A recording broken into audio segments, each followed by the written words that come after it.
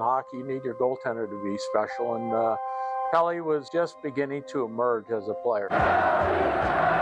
Pelle wanted so desperately to be a star in the NHL. All I seen was a white wall. I said, Pelle, there's a white wall. There's a white wall. It was a horrific scene. The car was mangled. The headlight in front of Pelle had to be back 3 feet from where it initially should have been. Talked to the police. I asked him, I said, is he going to be okay? And the police officer said, he'll be lucky to live. Police officer asked us, we had to identify a body. And I remember looking at Murray, and Murray goes, I can't do it. My gut was turning, and I didn't know what to do. And he passed away when I was holding his hand. That moment? That moment, yeah. And so we were destined to be a team. That was a clip from the new documentary, The Swede of Philadelphia, all about the death of Flyers star Pelle Lindbergh. Pelle died in a car crash 40 years ago next month. And the director of this documentary, Charlie Min, is here. Charlie, thank you for coming in. And Pelle's old teammate, Ed Hospodar. Good to see you. Not that old. So, I wasn't living here in the 80s. How big a star was Pelle?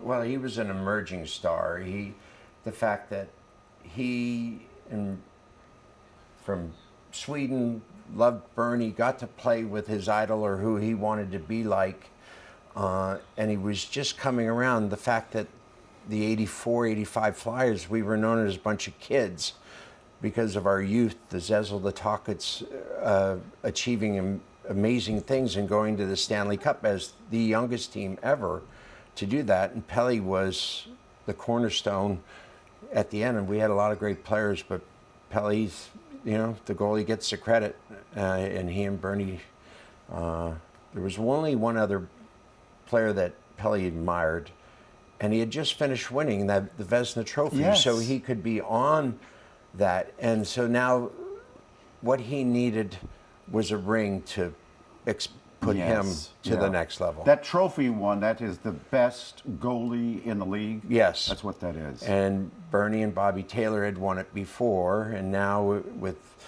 their connection, and it's ironic, Bernie just passing with Pelle coming up of 40 years. Charlie, when did you do the interview with Bernie? A few months ago. So he might have given me his final interview on record.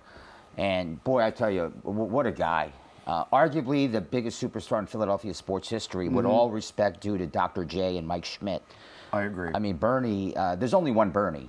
And his interview was extremely emotional, very poignant. His last wish was for the Flyers to retire Pelle's 31 next to his 1. Oh. So I wrote to the Flyers, I said, on January 31st, you guys are home that day against the Kings on 131. That's the day to do it. That is the day to do it. Yeah, I mean, if Mr. Snyder was the owner, I think it'd be a no-brainer.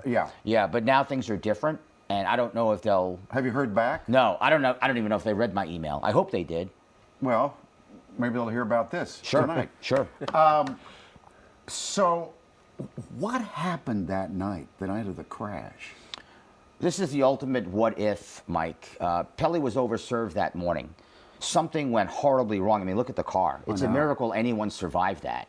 And we have the 2 miracle survivors in the documentary. I saw that one clip, yeah. Ed Parvin and Kathy McNeil. And they miraculously survived it.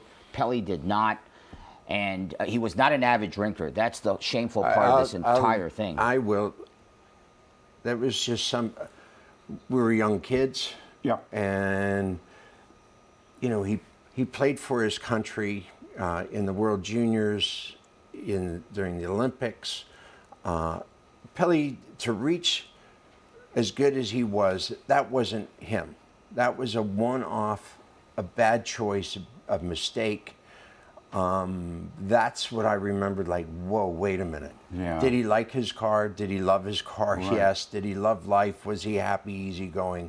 But we had 4 days off. We played a Saturday at 1 o'clock.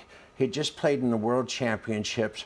We'd come off, I think, a 7 or 8 game winning streak 10, right then. 10, sorry. Yeah. I knew it was pretty good, but I, for some reason, didn't realize it was that good. How'd you find out about his death?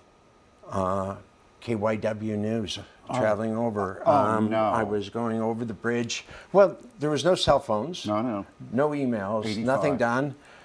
So got in the car, driving over because it was my future mother-in-law's birthday, and all of a sudden heard and did a U-turn on the Betsy Ross Bridge and said, I got to head back and figure out. I just moved into a house in Moorestown, didn't have a phone, so nobody could get in touch with me and tell me.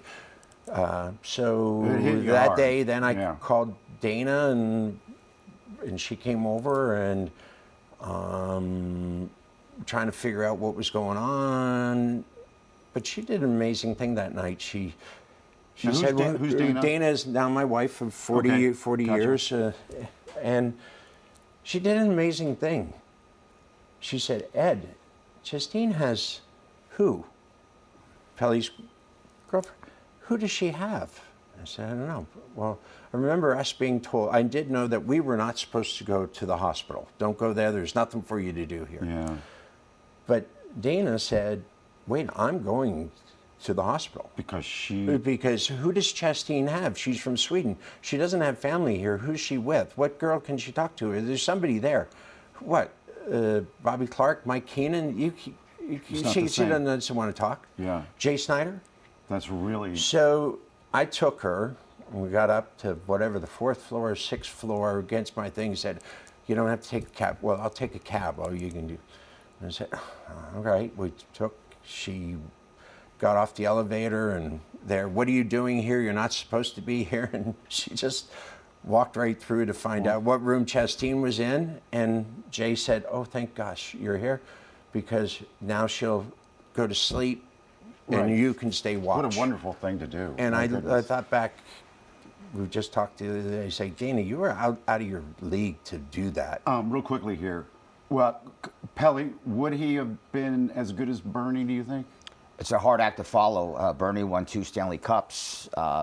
Pelle was only in the league for 3 years, but he did go to the finals in '85. Finals, yeah. Then in '87, they went with Hextall. Well, Team USA... We could debate this forever, whether he would have won a cup eventually. Team USA beat the Russians in '80, but they had to beat Pelle Lindbergh of Sweden for the thing. And you know what? I think yes. I think he and Bernie would be two immortals on a. How do we see this documentary? All the information, Mike, is on the website, swedeoffphiladelphia.com. Swede of Philadelphia. Yeah, and we're adding theaters in the Pennsylvania suburbs. Okay.